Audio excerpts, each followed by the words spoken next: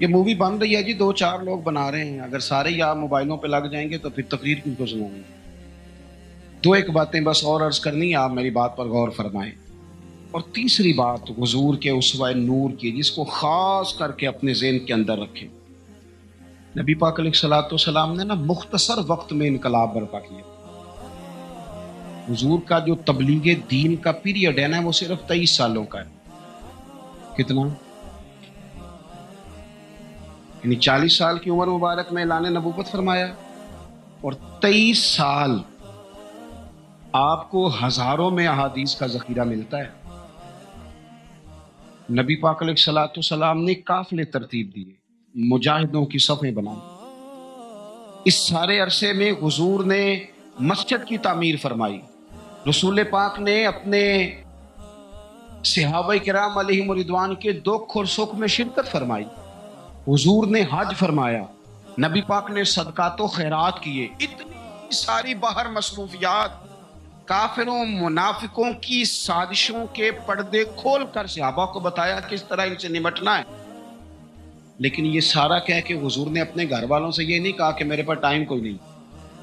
یہ سارے کام بھی ہوتے رہے، اور حسن حسین حضور کے کندھوں پر سواریاں بھی فرماتے رہے، گھر میں بھی پورا ٹائم دیا رسول کریم، محبت فرمائی۔ یعنی اپنے اوقات کار کو اپنی ذمہ داریوں پہ لگایا۔ اسوہ حسنہ ہمیں یہ سبق دیتا ہے کہ اپنا ٹائم اپنی ذمہ داریوں پہ خرچ کریں، ادھر ادھر ٹائم نہ ضائع کریں۔ ہمارا ٹائم دوسروں کی ذمہ داریوں کا پتہ کرنے میں خرچ ہوتا ہے۔ یعنی جہاں بھی لوگ بیٹھیں گے کہیں گے فلانا کچھ بھی نہیں پہ کرتا، فلانا پیر دیکھو نا کڈا تگڑا ہے، کوئی کام نہیں کرتا، فلاں آدمی دیکھو کتنا مالدار ہے۔ تو یہ تو آپ کا ذمہ ہی نہیں۔ اس نے جو اپنی ذمہ داریوں کا حساب دینا ہے وہ اس نے اللہ کو دینا ہے۔ آپ یہ بتائیں کہ جو آپ کے ذمہ کام لگا آپ نے کیا کہ نہیں کیا؟ آپ کی ڈیوٹی جو تھی وہ آپ نے کی کہ نہیں کی؟ جب ہم سارے اپنی اپنی ڈیوٹیاں کرنے لگ جائیں گے نا، تو میرا یہ خیال ہے چھوٹے صحیح کام کرنے لگ جائیں تو بڑوں کو بھی خیال آ ہی جاتا ہے۔ میں اکثر نا اپنی زندگی میں ایک تجربہ کرتا ہوں کہ بچوں کو کام کہیں تو وہ نہیں کرتے، طلباء ہوں، دوست ہوں، احباب، کام کہہ دیں تو نہیں کرتے، کرنا شروع کر دینا۔ میں نے نا مختلف ذمہ داریاں لگائیں، مسجد کی صفائی کل تو کرنا، پرسوں تو کرنا۔ تو آپ کو پتہ ہے کسی کی ڈیوٹی لگائیں تو پھر وہ ڈیوٹی بدلنا بھی پسند کرتا ہے، وہ کہنا مینوں کام میں آئی ذرا تو کھلوئے نا میری تاں۔ تو یہ بھی کام ہوتا ہے، انسانی فطرت ہے۔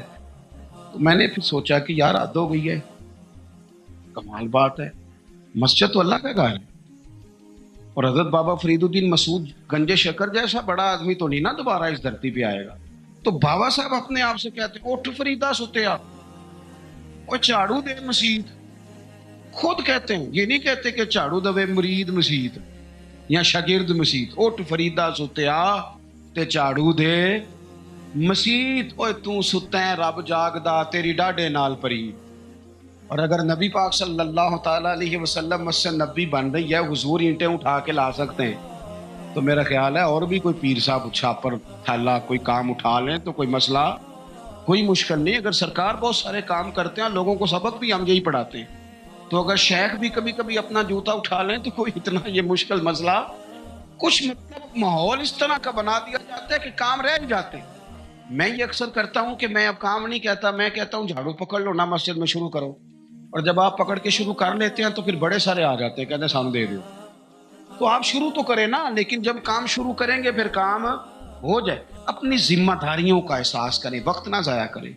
اور یہ حدیث یاد رکھیں کہ نبی پاک علیہ الصلوۃ والسلام نے فرمایا خوبصورت مسلمان وہ ہے جو بے مقصد باتوں کو چھوڑ دیتا ہے۔ مقصد کی بات کریں، مقصدیت کی، ضروری کام جو ہیں ان پر ڈیوٹی۔ اور چوتھی اور آخری بات آپ کی خدمت میں یہ عرض کرنی ہے کہ ہمارے یہاں نا بہت سارے لوگ سمجھتے ہیں کہ ظاہری لبادے کا نام سیرت ہے۔ یہ تو ایک جز ہے، داڑھی پگڑی جبہ امامہ بہت ضروری ہے، لیکن ایک جز ہے سنت کا، ایک حصہ ہے سنت کا۔ چونکہ اسوہ حسنہ ایک کاملیت ہے، اس کے بہت سارے حصے ہیں۔ اپنے گھر والوں کے ساتھ بہترین سلوک کرنا یہ بھی سنت کا حصہ ہے۔ آپ دیکھیے حضور نے فرمایا تم میں سے بہتر وہ ہے جو اپنے گھر والوں کے حق میں بہتر ہے۔ اور فرمایا جا کے پوچھ لو میں تم سب سے بڑھ کر اپنے گھر والوں کے حق میں بہتر ہوں۔ یہ بھی ایک بہترین حصہ ہے، لیکن اسوہ حسنہ کا ایک بہت بڑا حصہ اور بھی ہے۔ غور کریں، میں حدیث ترمذی سے پڑھنے لگا ہوں۔ نبی پاک علیہ الصلوۃ والسلام نے حضرت انس بن مالک سے فرمایا اے انس، ہو سکے نا، اور حدیث میں لفظ بڑے سونے ہیں، فرمایا اے میرے بیٹے انس، یا بنیا، اے میرے بیٹے انس، اگر ہو سکے تو صبح اس حال میں کرنا کہ تیرے دل میں کسی بندے کے لیے بغض نہ ہو، کسی بندے کی عداوت تیرے سینے میں نہ ہو۔ پاک ہوویں تے پاک ہی ملدا ہی، تے بنا پاکوں پاک نہیں ملدا، تے سارے جسم دے دھون دے نالوں اکو تولا ہے ٹکڑا دل دا۔ فرمایا انس، اگر ہو سکے تو صبح اس حال میں کرنا کہ تمہارے دل میں کسی کا بغض نہ ہو، عداوت نہ ہو۔ اور اگلے لفظ پتہ کیا ہے حدیث کے؟ حضور فرمانے لگے یہ میری سنت ہے، دل صاف رکھنا یہ میرا اسوہ ہے، یہ میرا طریقہ ہے۔ ایک بہت بڑا حصہ دین کا دلوں کی صفائی ہے۔ یہ حضور نے فرمایا یہ میرا اسوہ ہے۔ دلوں میں نا بوجھ جب آتا ہے نا کسی کے لیے، میری طرف دیکھ رہے ہیں آپ کے موبائل دیکھ رہے ہیں، صحیح ہو کے بیٹھے نا، ایک دفعہ دوبارہ سے دیکھیں بلا صحیح ہو کے کیسے بیٹھتے ہیں، جو نہیں صحیح بیٹھے۔ بات ختم کرنے لگا ہوں نا، آپ کی زیادہ توجہ چاہیے بھائی۔ جب آپ کے دل میں کسی کے بارے میں حسد آتا ہے یا بغض آتا ہے یا عداوت آتی ہے، تو صرف اس کو نقصان نہیں ہوتا، سب سے زیادہ نقصان آپ کو خود ہوتا ہے، سب سے زیادہ خود ہوتا ہے۔ ہمارے صوفیاء نے ایک عنوان بیان کیا جسے شماتت کہتے ہیں، یعنی کسی کو تکلیف میں دیکھ کے خوش ہونا۔ یہ بہت بڑا بوجھ ہے۔ نبی پاک صلی اللہ علیہ وسلم نے فرمایا کسی کی تکلیف پر کبھی خوش نہ ہونا، ورنہ اللہ تعالیٰ اسے اس تکلیف سے نجات دے دے گا اور تمہیں اسی میں مبتلا کر دے گا۔ کیا کہا تھا میاں صاحب نے؟ دشمن مرے تو خوشی نہ کریے۔ اللہ کرے تو انو سمجھ آئے۔ اتنی شادی کر کے ہمارے بزرگ ہمیں بات سمجھاتے، کہتے ہیں دشمن مرے کیوں بھلا، سجنا بھی تو مر جانا ہے، یہاں تو انہوں نے بچ جانا ہو تو پھر تو ٹھیک ہے، خوشی کس بات کی؟ دشمن مرے خوشی نہ کریے کیونکہ سجنا بھی تے مر جانا ہے۔ دیگر تے دن آیا ہے محمد تے اوڑک نو ڈوب جانا ہے۔ اثر تو ہو گئی ہے، پیچھے بچا کیا ہے؟ جانے کا وقت تو آ گیا۔ دل کے اندر بوجھ نہیں، آپ تنگ ہو جائیں گے، ورنہ ہر وقت اسی کے بارے میں سوچیں گے اپنا کام رہ جائے۔ نکل آئیں اس معاملے سے بالکل آزاد، دل صاف، جو کر رہے ہیں وہ اللہ کو حساب دے لے گا۔ اور اگر کبھی کسی کے لیے کرنا بھی ہو تو یہاں اسے دعوت دیں دین کی، یہاں اس کے لیے دعا کریں۔ ہم ساری زندگی لوگوں کو ڈسکس کر کے گزار دیتے ہیں، اپنی طبیعت سے بوجھ اتاریں۔ حسد، بغض، عداوت، کینہ، یہ سب بوجھ ہیں، یہ آپ کے دل کو وزنی کر دیں گے۔ آپ مشکل درویش کہتے ہیں ویسے کسی دے کچھ بھی نہیں لگ دے تے نہ کوئی ساڈا دردی۔ اور حضرت بابا صاحب نے کہا تھا اٹھ نہ بھلیا، وہ چلو اتھے بسیے جتھے بس دے نہیں ساری انے، نہ کوئی ساڈی ذات پچھانے نہ کوئی سانو منے، ورنہ بندہ مشکل میں آ جاتا ہے۔ آپ یقین کریں اگر بندے کو مسئلہ بن جائے نا، میری طرح کے لوگوں کو مسئلہ بن جاتا ہے، وہ تسی استقبال کرن نہیں آئے، تسی ہار لے کے کھڑے نہیں ہوئے، تم پتہ نہیں ماں بدولت آ رہا ہے۔ میں نے دیکھا ہے کہ جناب اتنی خستہ حالت ہو جاتی ہے، اور یہ کئی سیاسی سماجی لوگ، میں علاقے کا بڑا ہوں، میں یہاں سیاسی آدمی ہوں، میں سماجی، وہ بیچارے جلسہ سنن آ جان نا سرکار دی محفل، کہ وہ بھی پیچھے بہ کے نہیں سن سکتے، وہ پہ تون اچھی کر کر کے نقیب نو دس دینے میں آ گیا ہوں، تیری مہربانی کر کو میرے نام دا بھی اللہ کسی طریقے۔ تو یہ تو دکھ ہے اندر کا، یہ تو آپ کو چھوٹا کر دے گا۔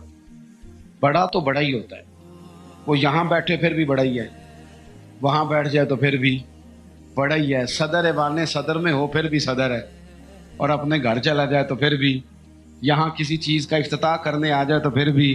تو یہ بوجھ اتار دیں، حضور نے فرمایا یہ بھی میرا اسوہ ہے، اتار پھینک کے آپ یقین کریں آپ روٹین کی زندگی جیے گے، آپ سکون میں آ جائیں گے۔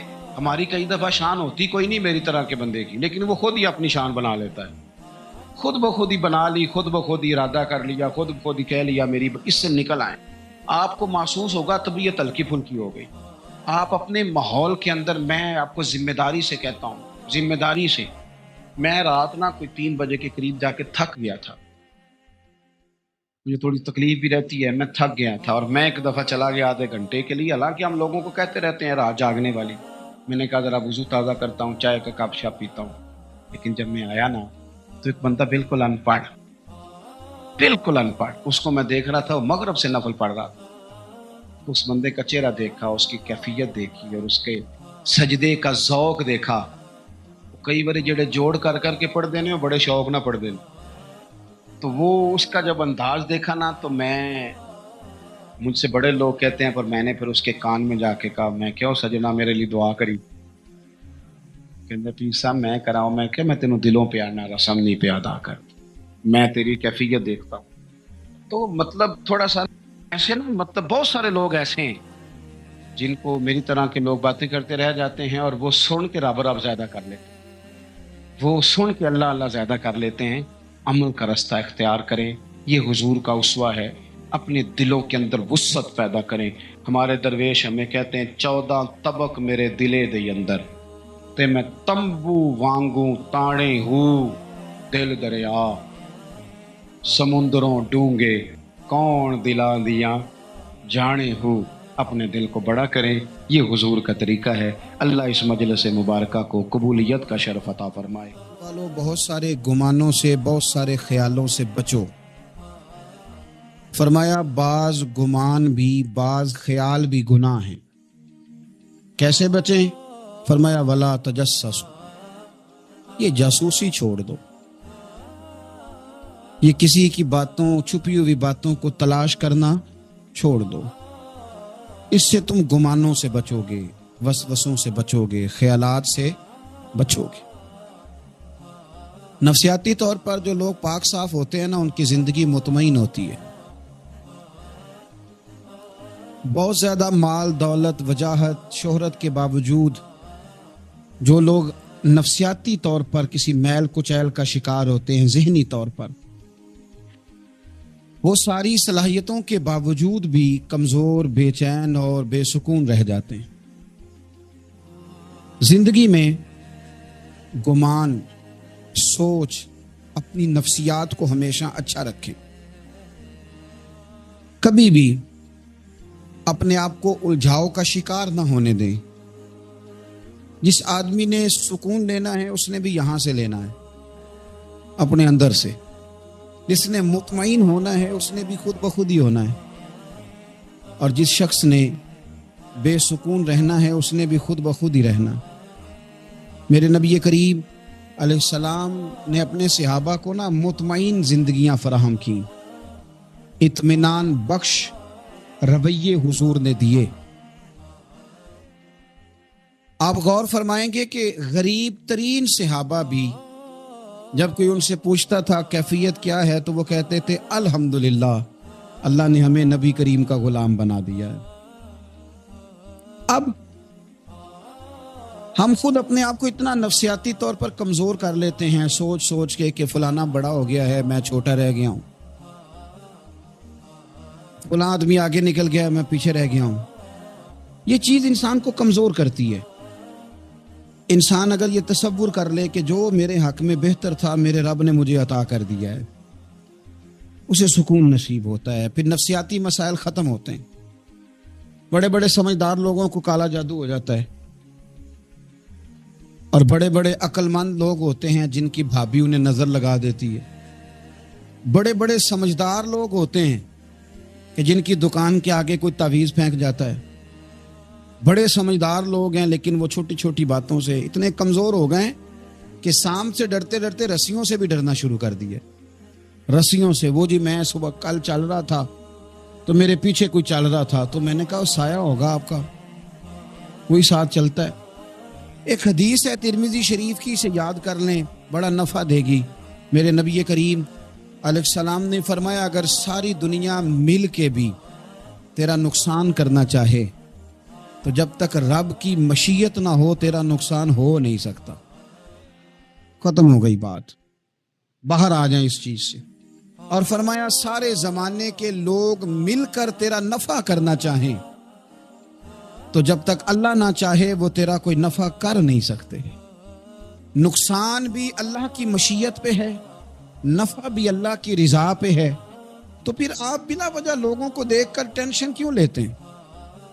پریشانی کاہے کی ہے؟ آزمائش کس بات کی ہے؟ اپنے آپ کو سکون دیں, اپنے آپ کو مطمئن کریں, کہیں رب بڑا ہی مہربان ہے, اس نے جہاں اچھا سمجھا ہے وہاں اس نے مجھے رکھا ہے. اپنے ذہن کو اطمینان دیں, سکون دیں. میرے نبی کریم علیہ الصلوۃ والسلام کی پوری حیات مبارکہ میں آپ کو شکوہ نہیں ملے گا کہیں بھی. حضور یتیم پیدا ہوئے, کتنی دفعہ آپ کو کتابوں میں ملتا ہے کہ حضور روئے ہوں کہ میرا باپ ہوتا تو ایسے ہوتا, میری اماں ہوتی تو ایسے ہوتی. ہم روز نہیں روتے. نبی کریم صلی اللہ تعالی علیہ وسلم نے اپنی زندگی ساری آزمائشوں میں گزاری. کمال ہی کر. کہیں آپ کو محسوس ہوتا ہے کہ نبی کریم صلی اللہ علیہ وسلم کسی کے پاس بیٹھے اور فرمایا آؤ میں تمہیں اپنے دکھ سناؤں؟ ہمیں تو مسئلہ بن گیا ہے, ہم لوگوں نے اپنے آپ کو غیر مطمئن بنا لیا ہے. ہم ان ساری چیزوں کی ڈیمانڈ کرتے ہیں جو ہمارے مالک نے مناسب نہیں سمجھی ہمیں دینی. ہمیں اپنے آپ کو مطمئن کرنا چاہیے, سکون میں رکھنا چاہیے. اگر آپ تھوڑا سا اپنے آپ کو سکون دیں, اطمینان دیں, کہیں الحمدللہ, اللہ تبارک و تعالی جہاں جس کو چاہتا ہے وہاں اسے بٹھا دیا کرتا ہے. پھر ہم لوگوں کا منصب چھیننا چاہتے ہیں, حسد کرتے ہیں, بغض پیدا ہوتا ہے, عداوت پیدا ہوتی ہے, نقصان ہوتا ہے. فطری طور پر جو صلاحیتیں اللہ نے دی ہوتی ہیں ان کو بھی زنگ لگ جاتا ہے, زنگ لگنے لگتا ہے ان سب چیزوں کو جو اللہ نے اپنے فضل سے ہمیں دی ہوتی ہیں. تو بات کو یاد رکھیں, زندگی میں آپ مطمئن ہو جائیں کہ رب کریم نے جو دیا ہے وہ کمال ہی دیا ہے, کمال ہی. حضور کی ایک زوجہ محترمہ تھی تو ان کے ہاتھ ذرا لمبے تھے, مومنوں کی ماں. بعض خواتین نے ان سے کہا کہ لمبے ہاتھوں والی, ہم بنا لیتے ہیں نا یہ بھی بات کہ اس کا ناک موٹا ہے تو اس کی آنکھیں چھوٹی ہیں, تو اس کے کان بڑے ہیں تو اس کے ہاتھ کیسے ہیں. تو کہا لمبے ہاتھوں والی. تو وہ پریشان ہو گئی. نبی کریم علیہ السلام تشریف لائے, کیا ہوا؟ عرض کی یا رسول اللہ مجھے لمبے ہاتھوں والی کہتے ہیں. تو حضور فرمانے لگے یہ پریشان ہونے والی بات ہے کہ خوش ہونے والی بات؟ یا رسول اللہ کیا مطلب؟ فرمایا تو کہہ کہ رب نے لمبے ہاتھ اس لیے دیے ہیں تاکہ میں سخاوت زیادہ کر سکوں. میں سخاوت زیادہ, یہ جو میرا چہرہ ہے نا, یہ جو آپ کا چہرہ ہے, یہ آپ کی چاہت ہے کہ اللہ کی؟ فی ای صورت ما شاء رکبک. اللہ فرماتے ہیں جیسے میں نے چاہا ہے ویسے تجھے بنایا ہے. تو اگر میرا موٹا ناک, میری چھوٹی آنکھیں, میری بڑی آنکھیں, میرے چپٹے کان, یہ میرے تو نہیں, یہ تو میرے رب کی چاہت ہے. مجھے اپنے موٹے ہونٹوں سے نفرت کرنی چاہیے کہ اللہ کی چاہت سے پیار کرنا چاہیے؟ مجھے اپنے کالے رنگ پر پریشان رہنا چاہیے کہ رب کی چاہت پر مجھے پیار آنا چاہیے؟ اللہ کی چاہت پر پیار کر, یہ چاہت ہے اللہ کی, یہ چاہت ہے. تو اللہ کی چاہت سے محبت کر. تو پریشان ہو رہا ہے, فلانے کا رنگ ہو رہا ہے تو میرا کالا ہے, فلانے کا مکان بڑا ہے تو میرا چھوٹا ہے, فلاں بڑی گاڑی میں کیسے بیٹھ گیا؟ بھئی اللہ نے چاہا تھا بیٹھ گیا. اللہ نے میرے لیے سائیکل پسند کی ہے, مجھے الحمدللہ کہہ کے سائیکل پہ بیٹھنا چاہیے.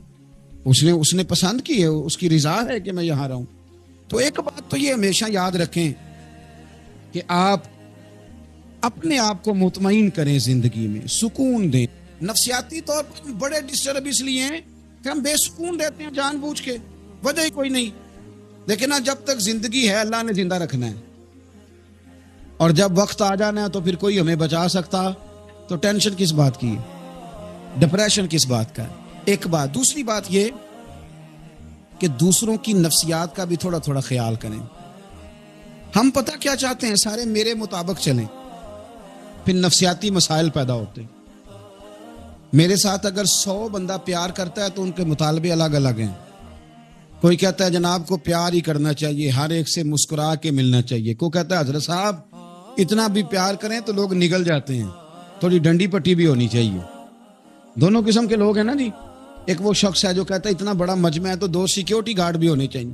تیسرا کہتا ہے جی عجیب عجیب لگتا ہے, ایک گارڈ رکھے ہوں کسی بندے نے, کسی بڑے آدمی. تو یہ ہر بندے کا مطالبہ اب آپ نے کیا کرنا ہے؟ آپ نے لوگوں کے مزاج کی رعایت کرنی ہے. جہاں تک آپ پیار کر سکیں آپ نے کرنا ہے, جہاں تک محبت کر سکیں آپ نے محبت. نبی پاک نا بچوں کے مزاج کا خیال کرتے, چھوٹے بچوں. حضور پاس سے گزرتے تو فرماتے السلام علیکم. ایک بچے نے نا حضور کے کپڑوں پر پیشاب کر دیا تھا, اس کی ماں پریشان ہو گئی, بخاری ہے. یا رسول اللہ وہ بچہ تھا پتہ نہیں چلا. تو نبی پاک فرمانے لگے کیا ہو گیا, وہ بچہ ہے, اللہ نے پانی پیدا کیا نا, ابھی اس پہ پانی بہائیں گے سب ٹھیک ہو جائے گا. وہ بچہ ہے. لیکن حاجی صاحب گھر میں بگڑ جاتے ہیں, پوتا اگر پیشاب کر دے کہتے ہیں میں نماز پڑھنی ہوں, بگڑ جاتے ہیں. پیر صاحب بگڑ جاتے ہیں اس بات پہ, علامہ صاحب بگڑ جاتے ہیں. سیٹھ صاحب کہتے ہیں پتہ ہی نہیں بچے نے پیشاب کر دیا ہے. حضور نے فرمایا کہ بچہ بچہ ہوتا ہے, وہ چھوٹا ہے, اس کا ایک مزاج ہے, اس کا ایک مطالبہ ہے. اب آپ یہ کہیں کہ وہ بڑا مجھے پاک صاف سمجھتا ہے تو اس رویے سے میرے ساتھ وہ ملاقات کرے, آپ اس کے مزاج کی رعایت کریں گے. نبی کریم کے غلام کے بیٹے ہیں حضرت اسامہ بن زید, نواسوں کی بات نہیں سنا رہا. زید بن حارثہ حضور کے غلام تھے, ان کے بیٹے ہیں, چھوٹی عمر تھی, ناک بہ رہا تھا. ویسے دادا جی ناک صاف کر دیتے ہیں پوتے کا, ہو سکتا ہے وہ ڈانٹ دیں کہ چل دوڑ جا کتنا گندا, اماں سے کہا تیرا ناک صاف کرے, چل نالائق. نانا بھی کہا چل بھاگ جا, کیونکہ وہ حاجی صاحب نے وضو کرنا ہے, نماز پڑھنی ہے, تو ان کے قریب یہ چیز آ گئی تو بڑا مسئلہ بن جائے گا. نبی کریم صلی اللہ علیہ وسلم نے کہا عائشہ اسامہ کی ناک بہ رہی ہے, صاف کر دو. حضرت عائشہ کہتی ہے میں ذرا اٹھی کو کپڑا دیکھ لو تو حضور جلدی سے اٹھے. ایک روایت تو یہ ہے کہ حضور نے ناک پونچھ دیا, اور دوسری میں کہ نبی پاک قریب پہنچ گئے. جناب عائشہ کہتے ہیں میں نے ہاتھ پکڑ لیا, میں نے کہا حضور کپڑا لینے گئی تھی آ گئی. کہتے میں نے اپنے ہاتھوں سے ان کی ناک صاف کر دی, ریٹ صاف کر دیا. اللہ کے رسول گویا میری طرف دیکھ کے مسکرائے, حضور راضی ہوئے. بچے تو بچے ہوتے ہیں, بچے تو بچے ہوتے ہیں. اب آپ کو بچہ حاجی صاحب مانے, پہلے نمازی صاحب مانے, آپ کو پہلے بچہ جو ہے وہ بڑا سیاںا مانے, سمجھدار مانے, عقل مند مانے, پیر صاحب مانے. چھوٹا بچہ تو وہ نہیں مان سکتا. آپ اس کی نفسیات کے مطابق اس کے ساتھ چلیں. اب رویہ وہ رکھیں کہ وہ بچہ ہے, وہ چھوٹا ہے. حضور بچوں کے پاس سے گزرتے تھے تو انہیں سلام کہتے تھے. آپ بھی کہتے ہیں, آج سے کہیں گے. حضور گزرتے چھوٹے کہتے السلام علیکم. اور نبی پاک صلی اللہ علیہ وسلم کبھی کبھی نا بچے کھیل رہے ہوتے تو حضور بیٹھ جاتے, فرماتے یار میرے سینے سے تو لگو. حضور زمین پہ بیٹھ جاتے, بچہ یوں ہاتھ پہ, بچہ دوڑا آتا, حضور کے سینے سے جب لگتا تو نبی پاک گر جاتے اور فرماتے اوئے ہوئے تم نے تو مجھے گرا ہی دیا ہے. یہ بچوں کے ساتھ آپ جو رویہ رکھیں گے وہ میٹھا ہوگا. اب آپ کہیں گے کیونکہ اب میں ایک عہدے پہ ہوں, میں ایک منصب پہ ہوں, تو یہ آپ کی نفسیاتی کمزوری ہے. پھر کیا ہوتا ہے, بچوں کو ڈانٹ کے رکھا جاتا ہے, بے جا ڈانٹ ڈپٹ, بے جا سختی, اور بے جا ان کے ساتھ رویے, اور ان کے ساتھ بڑی عجیب و غریب قسم کی جو ہے وہ ہماری جو ہے وہ گھٹن کیپ آ جاتا ہے بچوں کے درمیان. بچے, میں کہا کرتا ہوں, پھر بچے ہمیں دکھ نہیں سناتے, وہ پھر غلط آدمی کو دوست بناتے ہیں, پھر اس غلط آدمی کو اپنی بات بتاتے ہیں, غلط آدمی رازدار بن جاتا ہے. آپ ان کی نفسیات کے مطابق ان سے پیار کریں, انہیں ٹائم دیں. آپ دیکھیں یہ کیا سوچتے ہیں, کیا کہتے ہیں, کس طرح کا ان کا رویہ ہے بچوں کے ساتھ. پھر نوجوان جب کوئی ہو جاتا ہے تو اس کی سوچیں جوان ہو جاتی ہیں. نوجوانوں سے معذرت کے ساتھ نبی پاک علیہ السلام نے نوجوانوں کی حکومت سے پناہ مانگی, نوجوانوں کی حکومت سے پناہ مانگی ہے, اس لیے کہ نوجوان بڑی جلدی پیار بھی کرتا ہے اور بڑی جلدی نفرت بھی کرتا ہے. سوچیں مضبوط نہیں ہوتی. نوجوان آدمی, جوان آدمی, بکھری ہوئی سوچیں ہوتی ہیں. میرے رسول کریم صلی اللہ علیہ وسلم نوجوانوں سے ان کے مزاج کے مطابق ڈیل کرتے تھے, ان کی طبیعت کے مطابق ان کی ذہن سازی کرتے تھے. ہم نا جوانوں کو وقت نہیں دیتے, ہم مطالبہ کرتے ہیں نوجوان سے کہ وہ ہے نوجوان, باتیں بوڑھوں والی کرے. اگر جوانی میں بوڑھوں والی باتیں کرے تو پھر تو شیخ سعدی کہتے ہیں سارے بوڑھے چھوڑ کے اس نوجوان کے پاس بیٹھو, اس کے پاس فیض زیادہ ہے. اگر ایسا ہو جائے, کیونکہ در جوانی توبہ کردن شیوائے پیغمبری, یہ تو اچھی بات ہے, لیکن میرے عزیز اگر ایسا نہ ہو, ایسا ممکن نہ ہو, تو پھر نوجوان کو آپ اس کی طبیعت کے مطابق ڈیل کریں. آپ اس کی سوچ دیکھیں, اس کا رویہ دیکھیں, اس سے پیار کریں. جب اللہ کسی کو محبوب بنا لے, کون جی؟ بولیے گا کون کسی کو محبوب بنائے گا؟ جب اللہ محبوب بنا لیتا ہے تو فرمایا تم تو تحفہ دیتے ہو نا. ادھر دیکھیے گا ذرا میری طرف. فرمایا تم تو تحفہ دیتے ہو، گفٹ دیتے ہو، دعا دیتے ہو، تم کہتے ہو میں تیرے ساتھ ہو گیا ہوں، میں تیرے ساتھ تعاون کروں گا. فرمایا جب اللہ کسی کو محبوب بنا لیتا ہے تو اللہ فرماتا ہے میں اس بندے کی آنکھ نہیں بن جاتا ہوں، میں اس کے کان ہی بن جاتا ہوں، میں اس کی زبان ہی بن جاتا ہوں، میں اس کے ہاتھ ہی بن جاتا ہوں، میں اس کے پیر ہی بن جاتا ہوں. کیا مطلب؟ فرمایا آنکھیں بندے کی ہوتی ہیں، دیکھنے کی طاقت اللہ کی ہوتی ہے. زبان بندے کی ہوتی ہے، تاثیر اس میں اللہ کی ہوتی ہے. ہاتھ بندے کے ہوتے ہیں، قوت اللہ کی. قدم بندے کے اور رفتار کی ہمت اللہ کی ہوتی ہے. جب اللہ راضی ہوتا ہے، جب اللہ کسی سے راضی ہوتا ہے رب کریم، تو پھر ہوتا یہ ہے کہ بندہ ہاتھ رکھتا ہے مٹی میں، اللہ سونا بنا دیتا ہے اللہ اس کو. اور جب کبھی اس کی نظر رحمت روٹھ جائے تو سونا بھی مٹی بن جاتا ہے. تو میرے عزیز جب اللہ کسی کو پسند کرتا ہے تو ملتا کیا ہے؟ میرے نبی پاک صلی اللہ تعالی علیہ وسلم نے فرمایا جب اللہ کسی بندے سے راضی ہوتا ہے، توجہ ہے آپ کو میری بات پر، اللہ کرے اتنا حسین مضمون ہے تو آپ بھی تھوڑے حسین بن جائے سوچے وقت. اللہ کرے آپ حسین بن جائے، آمین تو کہہ دیں، اور بڑا خوش ہو کے آپ اس مضمون کو سنیں. نبی پاک صلی اللہ علیہ وسلم نے فرمایا جب اللہ کسی بندے سے محبت کرتا ہے، راضی ہوتا ہے، تو حضرت جبریل کو بلاتا ہے. مجھے ایک بندے سے محبت ہو گئی ہے تو اب لوگ میرے پابند تو نہیں نا کہ وہ بھی اس سے محبت کرے، باقی کے میرے پابند ہیں، آپ میرے پابند ہیں. بعض اوقات نہیں بھئی ہم پابند ایک دوسرے کے، آپ کو اس کی کوئی عادت اچھی لگتی ہے، مجھے نہیں لگتی، لیکن بخاری مسلم دیکھیے اور خدا کا انداز دیکھیے. حضرت ابو ہریرہ حدیث کے راوی ہیں، حضور علیہ الصلوۃ والسلام نے فرمایا جب اللہ کسی بندے کو پسند کرے اور اللہ جب کسی سے محبت کرنے لگے تو حضرت جبریل امین کو بلاتے ہیں، یا اللہ میں حاضر ہوں. فرمایا وہ فلاں بستی کے فلاں محلے کی فلاں گلی کے فلاں گھر میں رہنے والا فلاں کا بیٹا فلاں، مجھے اس سے پیار ہو گیا ہے، مجھے اس سے محبت ہو گئی ہے، تو یا اللہ میرے لیے کیا حکم ہے؟ فرمایا جبریل میں محبت کرتا ہوں تو بھی اس سے محبت کر، میں پیار کرتا ہوں تو بھی اس سے، میں اس کی طرف نظر رحمت سے دیکھتا ہوں تو بھی اسے پیار سے دیکھا کر. تو حضرت جبریل کہتے ہیں یا اللہ ہو گیا میرا بھی پیار، میرا بھی اس سے پیار ہو گیا، ہمارا تو بس اس سے پیار ہے جس کا تجھ سے پیار ہے. رنگے چمن پسند نہ پھولوں کی بو پسند، ہم کو ہے وہ پسند جسے آئے، ہم کو ہے وہ پسند جسے آئے، ہمیں تو اس سے پیار ہے. حضرت ابو ہریرہ رضی اللہ تعالیٰ عنہ، سیدنا امام حسین کی عمر مبارک تھی 40 سال 45 سال، جوان تھے ابھی، اور حضرت ابو ہریرہ بوڑھے تھے، ضعیف تھے، داڑھی مبارک ساری سفید تھی، اور امیر المومنین فی الحدیث ہے. امام حسین گھوڑے سے اترے، مدینے میں ٹھٹی ٹھٹی ہوائیں ہو کے گزری تھی، تازہ بارش ہوئی تھی، تھوڑا سا پانی چوہڑ میں چھوٹے سے ٹوئے میں گڑھے میں کھڑا تھا. امام حسین نے پیر زمین میں رکھا تو کیچڑ آپ کے قدم کو چومنے لگی. حضرت ابو ہریرہ دور کھڑے تھے، دوڑے آئے، کیچڑ ذرا سی لگ گئی، دوڑے آئے، اپنی پگڑی کو کھولا اور امام حسین کا قدم صاف کرنا شروع کر دیا. امام حسین نے پیر پیچھے ہٹایا کہ حضور آپ بزرگ ہیں، یہ کیا کر رہے ہیں؟ اب فرمانے لگے حسین تیرا پیر کون صاف کر رہا ہے؟ میں تو نسبت مصطفیٰ کا احترام کر رہا، تجھ سے حضور کو پیار ہے اور ہمیں اس بندے سے پیار ہے جس سے مصطفیٰ کو پیار ہے. نبی کا جو غلام ہے ہمارا وہ امام ہے، ہمیں ہر اس شخص سے پیار ہے جس سے رسول اللہ کا صلی اللہ علیہ. تو حضور علیہ السلام نے فرمایا بندے سے راضی ہوں گے تو کیا دیں گے، لیکن جب اللہ راضی ہوگا تو رب کریم کیا کرے گا؟ اللہ حضرت جبریل امین کو کہتے ہیں مجھے پیار ہو گیا ہے تو بھی اس سے، یا اللہ ہو گیا میرا پیار، اب کیا حکم ہے؟ فرمایا اب جا زمینوں میں جا کے اعلان کر دے. میری بات کی سمجھ آ رہی ہے؟ اللہ کرے آپ کو نیند بالکل نہ آئے، گھر جا کے یا آمین تو کہہ دے.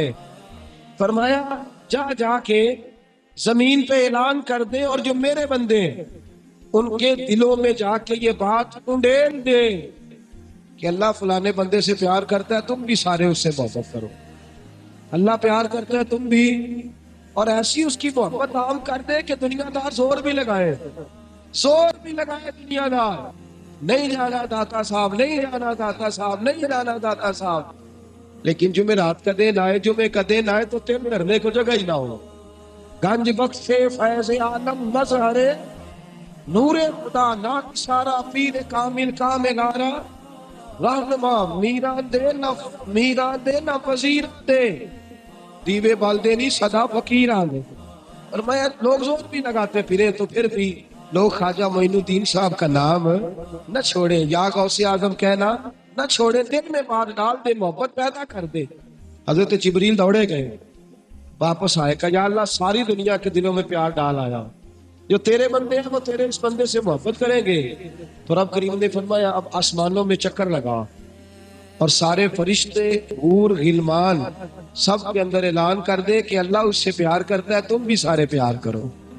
میرے رسول پاک صلی اللہ علیہ وسلم نے فرمایا جس سے اللہ محبت کرتا ہے اس کی محبت کو دوام ملتا ہے۔